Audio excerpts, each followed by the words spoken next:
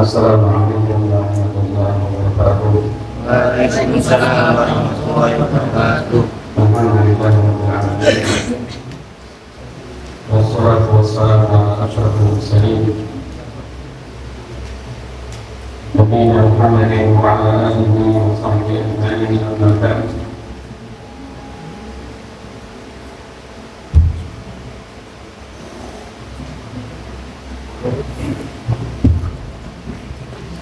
Alhamdulillah. Pada kesempatan kali ini Allah Subhanahu wa Ta'ala telah mempertemukan kita kembali di rumah Allah ini. Semoga Allah Subhanahu wa Ta'ala berikan kepada kita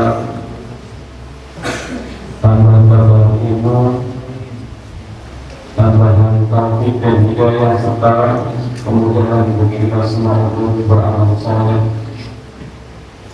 setelah Ramadan berlalu satu bulan ini.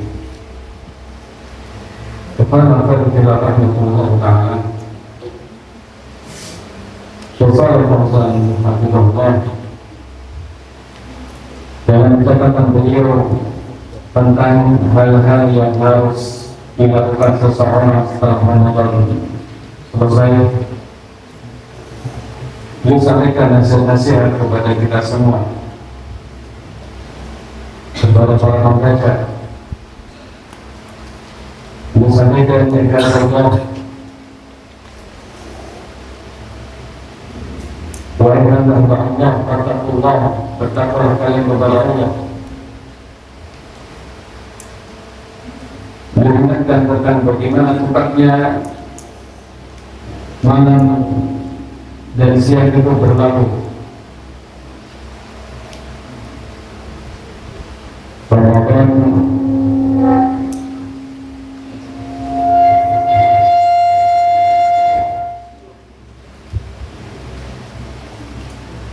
disampaikan bahwa malam dan siang itu begitu cepat sekali berlalu. Belum lama kita meninggalkan Ramadan, dan malam ini berdasarkan hitungan kalender kita berada di bulan yang baru setelah Syawal, bulan Dzulhijjah.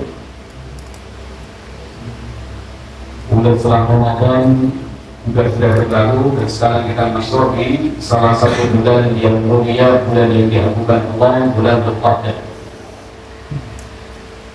Dan ini kemudian memberikan pesan-pesan kepada kita tentang kewajiban ibadah kita kepada Allah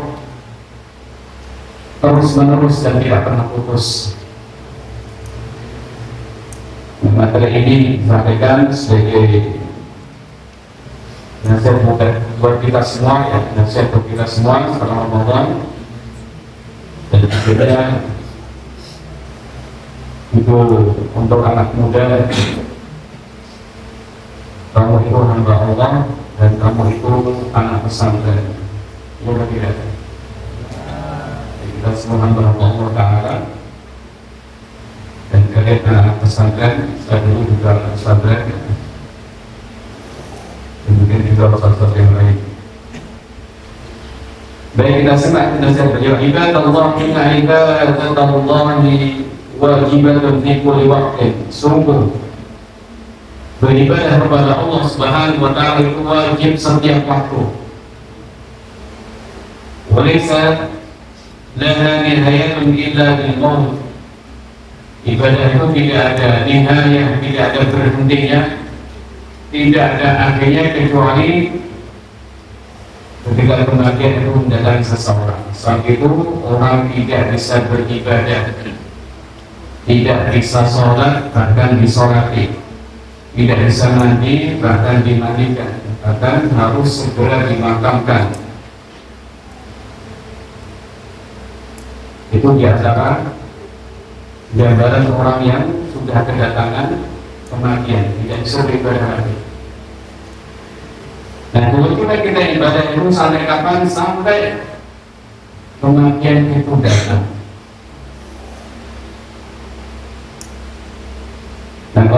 pertanyaan buat kita semua, buat kalian secara khusus, nasihat kematian itu cocok atau tidak buat anak-anak seperti kalian yang masih muda?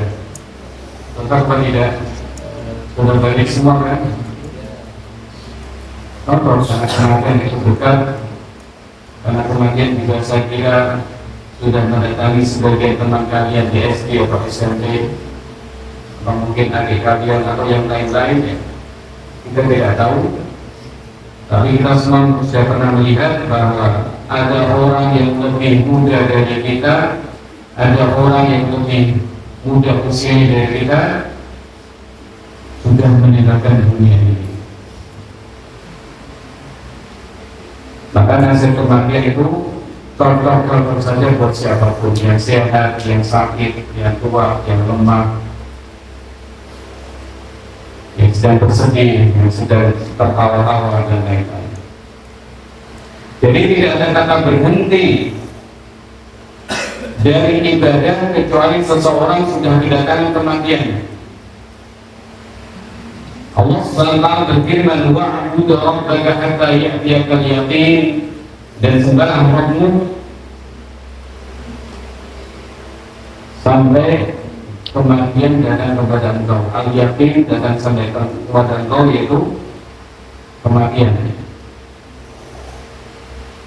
Sesuatu yang meyakinkan, kematian itu sesuatu yang meyakinkan, sesuatu yang sering kita lihat, tapi kadang-kadang orang itu suka melupakannya.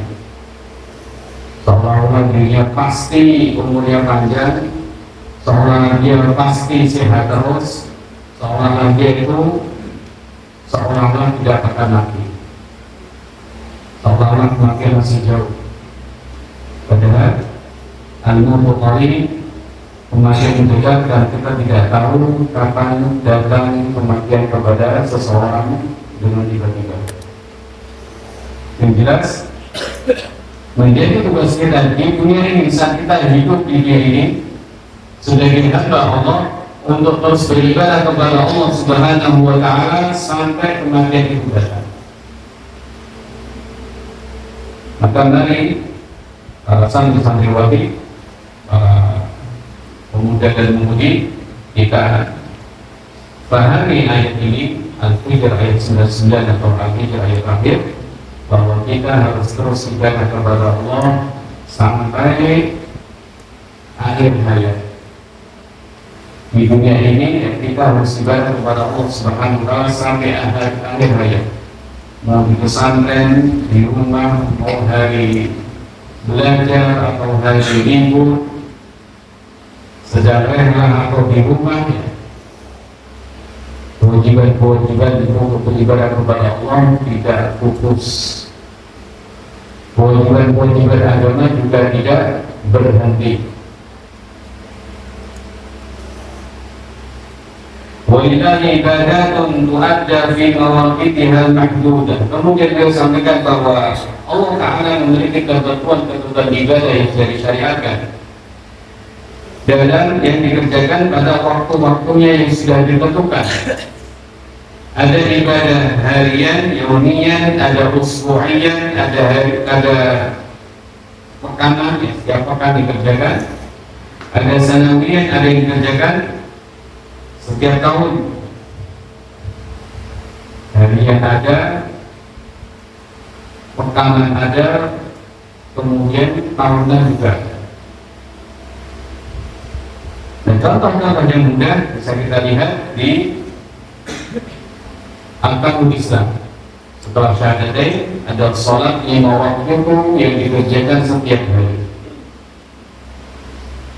yang menjadi tanda keimanan seseorang, yang menjadi tanda keislaman seseorang. Perbedaan dia dengan orang kafir yang Allah SWT wajibkan atas kita semua 5 kali dalam sehari semalam, tidak kurang, tidak lebih. As-salawatul khams tu'adda fi kulli yawmin wa lailah. Salat 5 waktu dikerjakan di setiap hari dan malam. Kemudian salat Jumat di setiap pekan. wa hiya min a'zami syi'air Islam, dan dia setiap itu termasuk syiar agama Islam yang paling agung. Jadi tanda kaum muslimin ada di tempat tersebut. Kemudian az-zakat fi kulli sanah, zakat itu setiap tahun. Demikian juga puasa Ramadan di setiap tahun. Sementara haji dikerjakan sekali dalam setahun. Ini contoh-contoh yang menunjukkan bahwa ibadah-ibadah kepada Allah Subhanahu wa taala itu banyak dan dikerjakan di waktu-waktu yang sudah ditentukan. Kemudian beliau menyampaikan lagi, di samping ibadah-ibadah yang wajib itu ada ibadah dan mustahabbah, ada ibadah-ibadah sunnah. Tapi ada yang wajib-wajib. Sekarang beliau bicara tentang yang sunnah-sunnah, seperti nawafil sholawat, ada sholat-sholat sunnah, sholat yang menyertai sholat wajib, atau sholat-sholat sunnah di waktu-waktu yang lain seperti sholat duha, sholat tahiyatul masjid, sholat setelah wudu, atau sholat malam, sholat witir. Kemudian ada nawafil siyam, ada puasa-puasa sunnah bagi yang bisa mengerjakan 6 hari di bulan Syawal. Walaupun kalau yang belum, semoga punya semangat untuk berpuasa 3 hari dalam setiap bulan.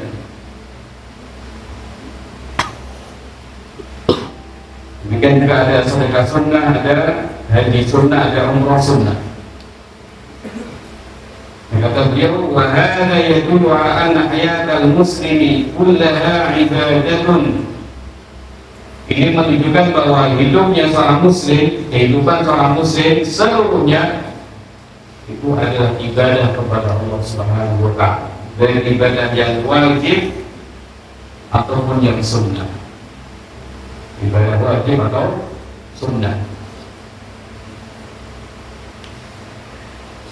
Dan kemudian beliau mengingatkan, barang siapa yang memandang atau berprasangka atau punya pandangan kalau ibadah itu hanya di Ramadan saja, dia ibadah itu hanya di Ramadan saja, setelah Ramadan selesai tidak mau ibadah lagi, kata beliau, orang ini orang yang menjadi hak Allah, orang yang tidak paham hak Allah Subhanahu wa taala. Orang ini walam ya'rif dinahu, belum mengenal agama Allah Subhanahu wa taala. Walam ya'rif illaha haqqa ma'rifati, dan dia sebenarnya belum mengenal Allah dengan sebaik-baiknya. Jadi orang itu ibadahnya hanya Ramadan saja. Kalau Ramadan sudah. Atau kelihatan di mushola masjid hanya di Ramadan saja. Setelah selesai ya sudah. Tidak pernah kelihatan sama sekali. Nah, orang-orang seperti ini, ikhwan fillah ta'ala, berarti kurang mengenal Allah dengan baik, belum mengenal Islam ini dengan baik, belum tahu hak Allah Ta'ala dengan baik, bahwa dia itu wajib terus ibadah kepada Allah Ta'ala di bulan apapun, di waktu apapun, di tempat manapun. Tidak ada istilah peraih atau liburan dari ibadah, apalagi ibadah wajib.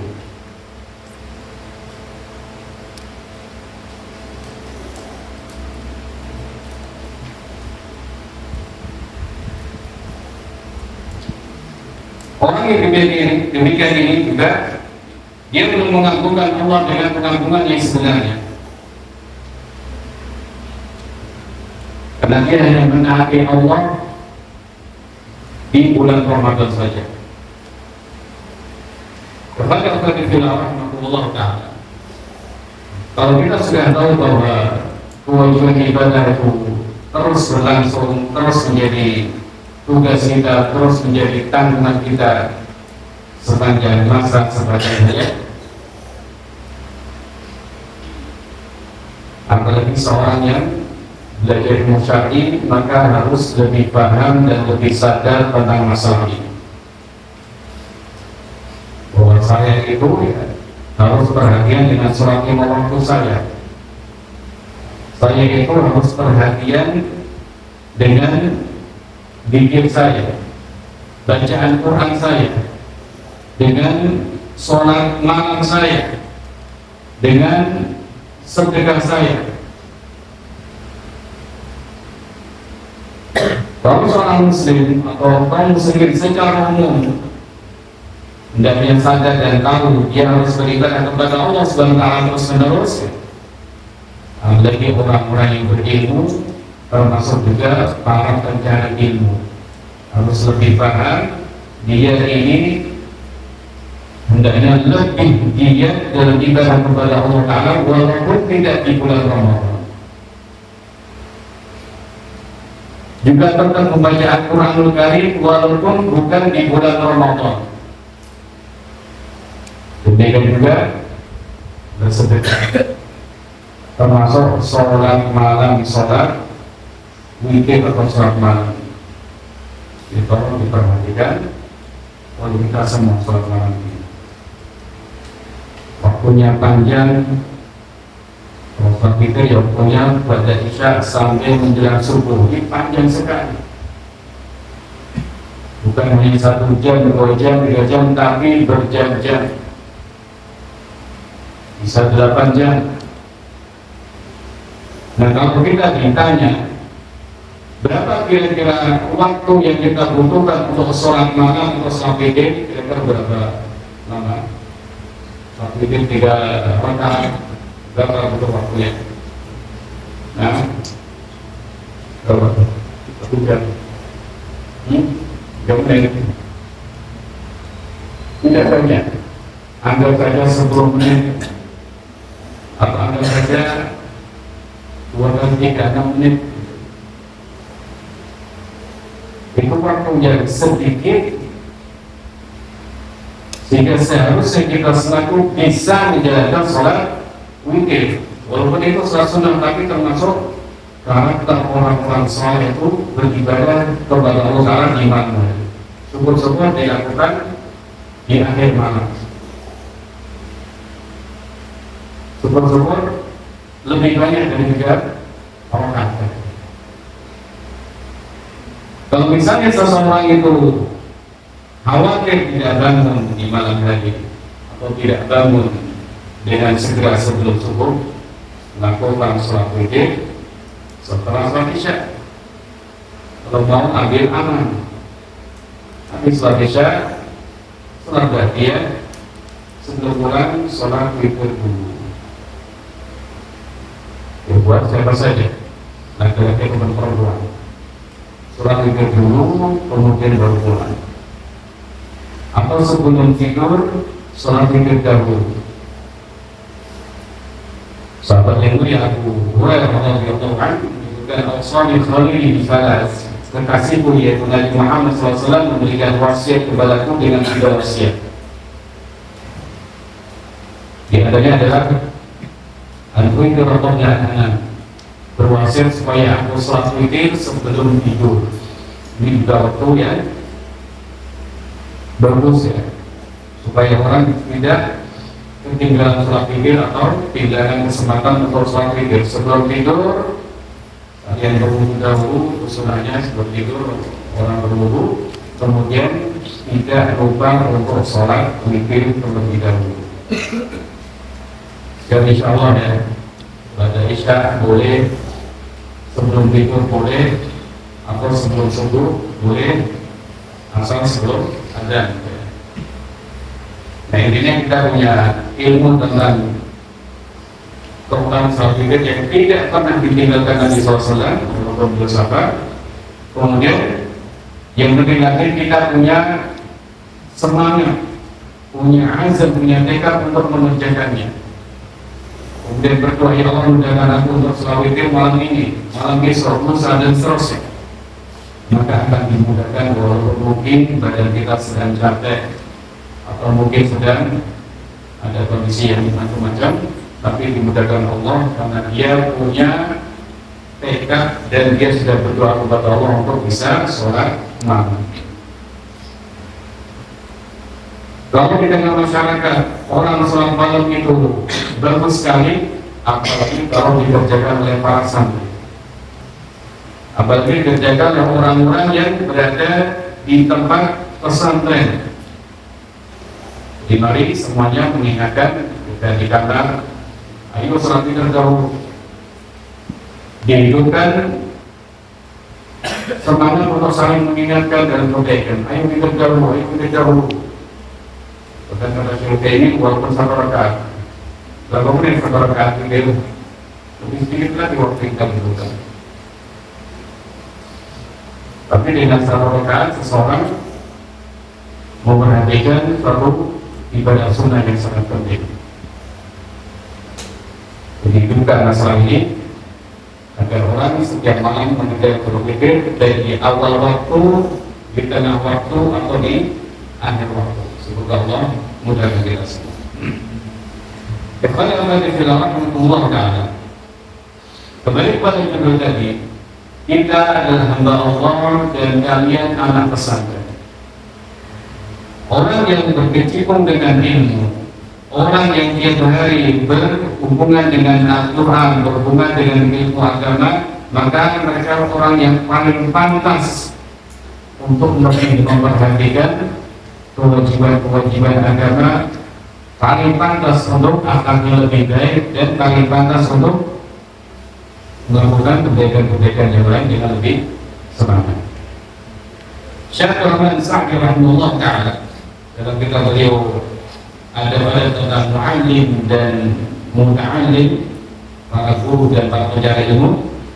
Beliau sampaikan bahwa di antara hal besar yang menjadi keharusan orang yang berilmu, di antara hal yang besar yang menjadi keharusan orang yang berilmu adalah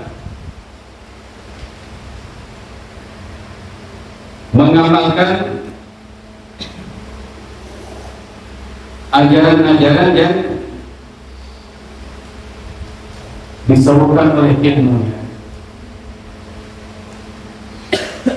Ini sesuatu yang hendaknya kita pahami. Di antara perkara penting yang harus dikerjakan orang yang berilmu, termasuk para pencari ilmu, adalah an ya'mala bima yad'u ilaihi ilmu. Jadi mengamalkan apa yang terkandung dalam ilmu yang sudah dipelajari.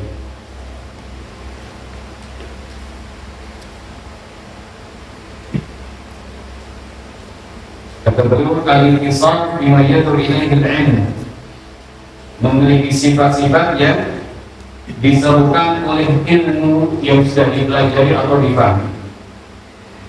Contohnya al-akhlak, seperti berakhlak yang mulia, tidaklah berkata kecuali jujur, mulutnya jauh dari bohong, jauh dari kata-kata kotor, jauh dari kata-kata cabul, kata-kata yang jorok, mulutnya jauh dari khianat, karena dia seorang yang berilmu atau seorang yang sedang mencari ilmu. Dia membaca Quran dari, dia membaca petunjuk Allah Ta'ala, dia membaca petunjuk Nabi Sallallahu Alaihi Wasallam, maka sudah sepantasnya punya sifat-sifat yang diserukan oleh ilmu yang dia pelajari. Akhlaknya mulia, bukan bentuk orang, bukan membolimi orang lain.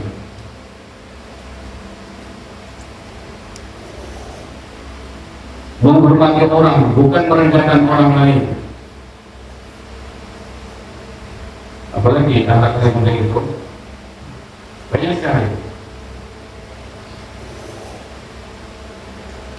Dan sifat yang lain ibadah, tampak pada dirinya sifat ibadah kepada Allah Subhanahu wa Ta'ala. Orang yang berilmu, punya ilmu, mencari ilmu, maka sudah sangat pantas apabila dia ibadah kepada Allah Ta'ala. Nah, kemudian dalam beliau ahabbun nasi bil ittisaf bil akhlaqil jamilah, para pencari ilmu, para Orang yang punya ilmu itu orang yang paling pantas memiliki sifat-sifat akhlak yang mulia, akhlak yang indah.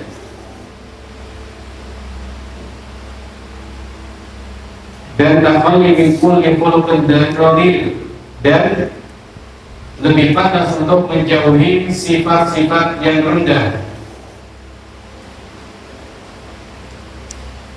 Jadi yang sangat pantas untuk beliau, orang yang paling pantas untuk bersifat demikian adalah orang-orang yang punya ilmu. Wa muhammadun nas bil ittisam bil akhlaqil jamilah wa takhalli min kulli khuluqin dhalil.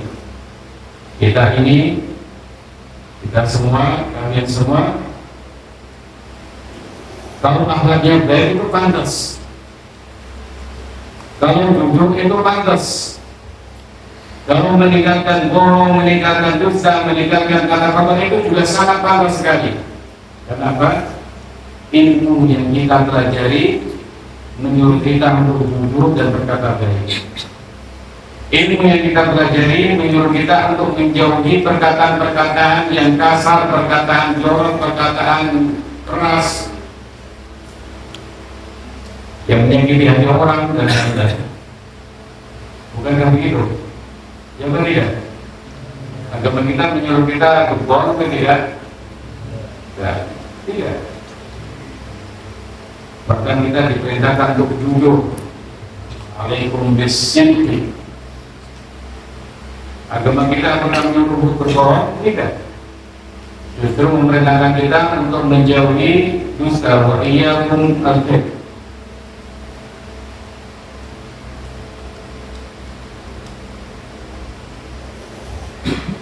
Al-Imam Abu Asim An-Nabi Al-Duhaq Makhlad bin Duhaq Al-Duhaq bin Makhlad rahimahullah menyebutkan man ta'allama al-hadis, bagi siapa yang belajar hadis faqad ta'allama ma'ani al-umur, orang yang belajar hadis itu dia belajar perkara-perkara yang tinggi. Fahaliin an yakuna khairan nas, maka pantas sekali kalau dia ini menjadi orang yang terbaik. Di mana-mana baik, di mana-mana baik, di mana-mana baik, hanya di mana-mana disukai orang lain.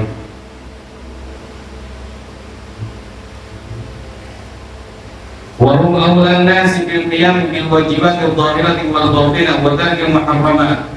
Demikian juga orang yang punya ilmu, orang yang sepantasnya memperhatikan pelaksanaan kewajiban-kewajiban yang zahir seperti sholat lima waktu tadi. Pantas, sangat pantas. Kalau santri itu sholat jamaah itu pantas,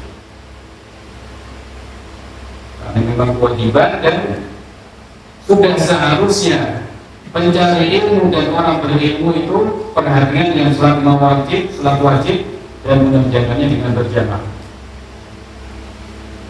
Kalau tanya masyarakat misalnya, pantas nggak santri sholat jamaah? Jawabannya insya Allah pantas. Yang nggak pantas apa? Pas adzan malah kemana? PlayStation. Kemarin sepeda-sepeda memancing, itu nggak pantas. Buat orang umum nggak pantas, sudah ada kok malah pergi, apalagi santri. Apalagi anak pesantren. Bukan kepentingan dan juga perkara-perkara yang batil seperti ikhlas. Kemudian masalah ketakwaan kepada Allah, ini ada dalam hati kita. Pantas sekali kalau santri itu tampak takwa, tampak takut kepada Allah Subhanahu wa Ta'ala. Atau dia zuhud, ditawari sesuatu gak jelas haram-haramnya, maaf, saya gak bisa makan ini. Atau dikasih sesuatu gak jelas juga ini apa, maka ditolak. Dia ingin bertakwa kepada Allah Subhanahu wa Ta'ala, tidak mau makan kecuali yang jelas-jelas itu haknya atau jelas-jelas itu kehalalannya. Kira-kira berat apa tidak? Kalau benar, itulah bentuk ketakwaan kita kepada Allah, bentuk ketaatan kita kepada Allah Subhanahu wa taala. Wa tarkil muharramat, demikian juga mereka orang yang paling pantas menjauhi yang diharamkan oleh Allah Subhanahu wa taala. Walaupun sekarang ada orang minum khamr, minum keras, kalau itu dilakukan sampai pasti tambah jelek namanya. Dilakukan orang umum saja buruk, masyarakat akan benci kepada peminum minuman keras, biasanya mabuk ya. Apalagi kalau dilakukan oleh santri. Apalagi perbuatan haram itu dikerjakan oleh santriwati,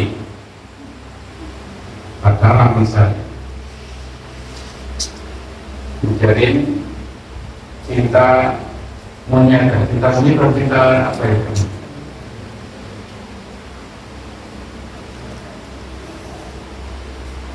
Cinta palsu, cinta buta, dan kemudian ampuran. Dan kita juga punya teladan para santri ya. Ada Nabi Yusuf alaihissalam yang menolak godaan orang wanita. Teladan bagi santriwati ya, ibunya Nabi Isa alaihissalam. Yang dia tahu wanita hamil itu hanya dua kemungkinan, sudah punya suami atau wanita yang tidak baik. Sementara beliau dikabari mau punya anak padahal belum bersuami dan beliau wanita yang baik-baik. Sehingga ketika ada lelaki masuk ke rumah dia, langsung mohon perlindungan kepada Allah Subhanahu wa taala. Ini Alhamdulillah Rahman ini dari pun tertapinya.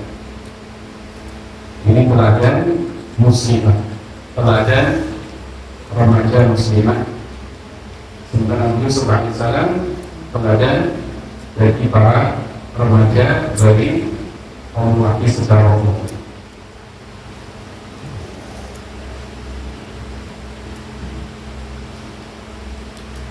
Orang yang terjerumus di dalam bukan cintanya, tidak dikatakan tadi, itu hanya akan mendatangkan keburukan dan keburukan. Jangan pernah percaya kata-kata palsu seorang laki-laki. Wahai Pak Santriwati, aku sayang kamu tunggal ya.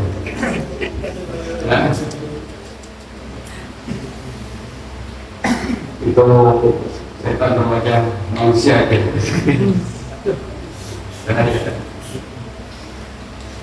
Dia benar benar akan mengingat sesuatu, maka pertahankan keimanan, pertahanan akhlak dan jauhi orang-orang seperti ini. Ada waktunya nanti ketika seorang menikah dan seterusnya. Demikian juga yang laki-laki hendaknya menjauhi tempat-tempat fitnah, yang perempuan tutup telingamu dari para lelaki penggombal rayuan gitu ya. Di sini terus itu ya. Ya laki-laki menahan diri atau menjauhi tempat-tempat yang berbahaya bagi akhlaknya dan juga bahaya bagi imannya. Kira-kira kalian kemau imannya naik atau turun atau hilang atau glosor gitu. Pergi ke mall nyari sapu, di mall nyari sapu, di depan juga ada sapu. Jadi orang itu tahu di mana imannya itu akan naik dan di mana imannya itu akan berbahaya. Termasuk juga dalam pengajian-pengajian rutin, seseorang tetap harus menjaga hatinya, menjaga matanya, agar dia menjadi orang yang terjaga dari yang dilarang oleh Allah Subhanahu wa taala. Lanjutkan.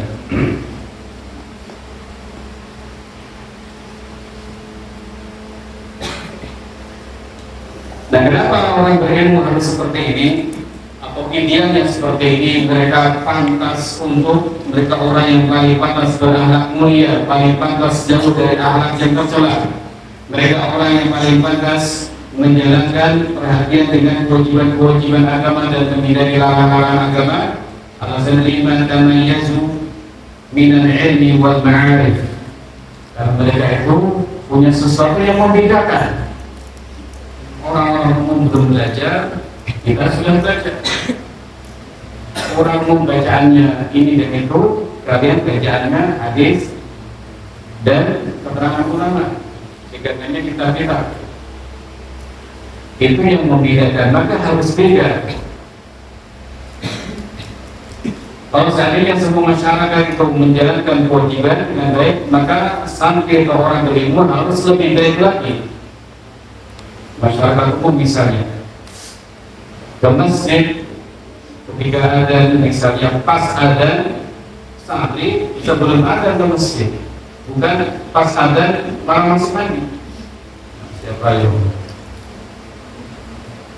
pas ada malah mandi? Atau sebagian orang menyebut agar itu kadang-kadang menjadi pengingat kalau dirinya belum mandi sore. Kita baca seperti itu. Kadang-kadang bagi sebagian orang adzan maghrib itu menjadi pengingat bagi dia, kamu belum mandi loh. Kalau kita seorang santri, orang berilmu ya jangan seperti itu. Kalau seperti itu ya mari kita hindari. Kita ingat-ingat, kita lihat waktu mainnya silahkan, main bola silahkan, santai-santai silahkan, tapi lihat jam yang ada di tangan kalian itu dimanfaatkan. Gak punya beli. Atau lihat jam berapa. Tadi saya nanya sudah lama, jangan sudah 5:30. Ya sudah langsung selesai. Tahu waktu, tahu tanggung jawab. Hal-hal yang boleh dikerjakan silakan dikerjakan, tapi tahu hal yang lebih penting. Jangan sampai menyanyiakan yang lebih penting. Jadi ini alasannya karena mereka memiliki sesuatu yang tidak dimiliki orang lain berupa ilmu dan pengetahuan. Alhamdulillah tahsul di dia belum didapatkan oleh orang-orang pada umumnya. Dan kemudian karena salafu yasta'inu bil 'amali 'ala al-'ilmi. Ini juga poin penting disampaikan Syekh Sa'di rahimahullah. Dahulu generasi salafus saleh mereka menjadikan amal itu sebagai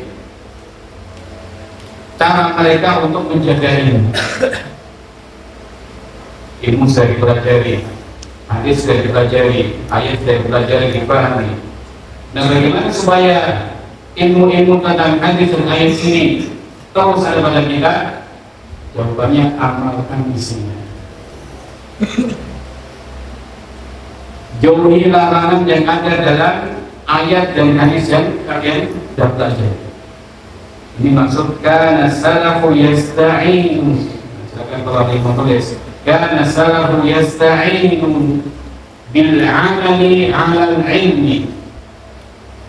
Kana salaf yasta'inu bil 'ilmi bil 'amali 'ala al-'ilmi.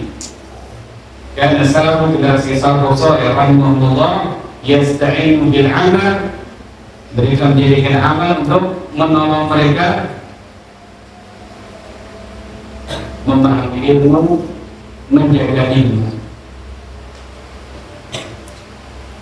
Coba ya, dalam satu hari kita pelajari satu hadis, kemudian tidak pernah diamalkan, nanti hilang sendiri.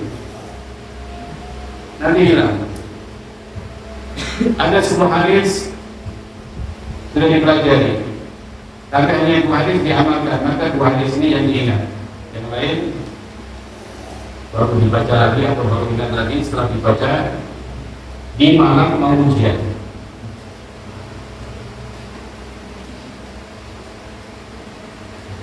Fa'in 'amila bihi istaqarra wa dama. Apabila seseorang mengamalkan ilmu, maka ilmu itu akan terus ada, menetap dan terus ada. Wa kasurat barakatuhu, dan berkahnya itu banyak, karena ilmu itu cahaya, ilmu itu hidayah, ilmu itu kebaikan. Kalau kita amalkan ya kebaikan-kebaikan akan datang kepada kita. Barakah itu kebaikannya bertambah, kebaikan bertambah. Dan sebaliknya kalau tidak diamalkan, maka keberkahan itu pergi atau tidak tampak pada seseorang. Belajar sekian lama kok biasa-biasa saja, amalnya nggak tambah, usuknya nggak tambah, hormatnya kepada orang tua nggak tambah. Kok bisa? Maka jawabannya karena dia tidak mengamalkan ilmu,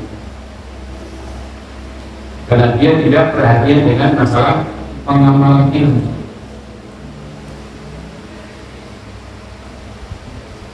Saya mengatakan, saya Sa'di, warudul ilmi wahyatuhu innama bil qiyam bihi. Ruhnya ilmu, hidupnya ilmu adalah dengan mengamalkannya. Makanya dalam buku-buku tentang ilmu, tentang adab ilmu ya, di antara adab ilmu adalah al-amal bil ilmi. Ini ada orang belajar ilmu, mengamalkan ilmu. Biasanya Muhammad Said Rasul Allah ya, ada ilmu untuk kenapa menulis tentang adab ilmu, kenapa menulis adab tentang ilmu. Disampaikan penyakit umat itu tidak keluar dari lidah. Penyakit atau masalah yang ada di tengah masyarakat tidak lepas dari 3 hal. Apa itu? Ilmu banyak tapi tidak diamalkan,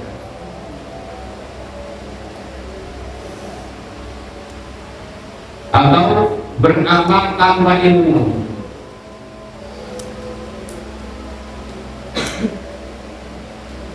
Atau tidak punya ilmu, tidak punya amal. Ini masalah umat. Amalannya banyak tapi tidak ada dasarnya ilmu. Ilmunya banyak tapi tidak diamalkan.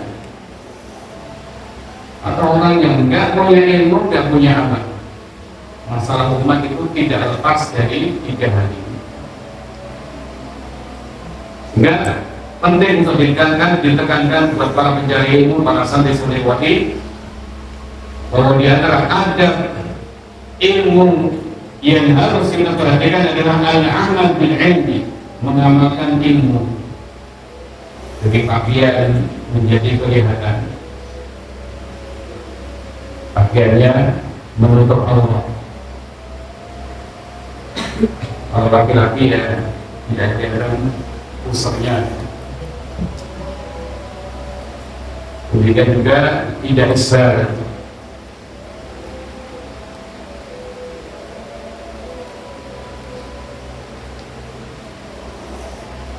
Orang ketika punya ilmu tidak diamalkan kata Syekh ini, orang bodoh itu lebih dari dia.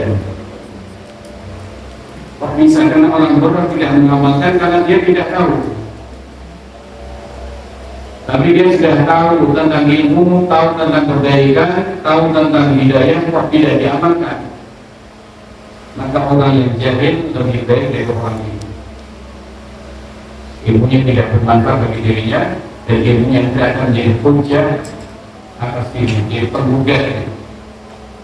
Kita akan ditanya tentang ilmu yang sudah kita ketahui, mana amilta, apa yang sudah kamu kerjakan terkait yang sudah kau ketahui.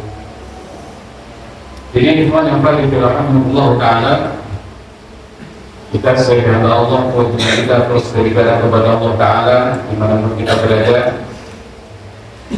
Dan orang-orang yang berilmu dan orang-orang yang mencari ilmu hendaknya punya perhatian lebih tentang masalah ini, bahwa dia memang harus beribadah. Kemudian juga perhatian dengan masalah akhlak yang mulia, perhatian dengan meninggalkan segala hal yang merendah, hal yang tercela, serta perhatian dengan kewajiban-kewajiban agama dan juga perhatian untuk meninggalkan yang diharapkan Allah Subhanahu wa Ta'ala. Saya kira demikian.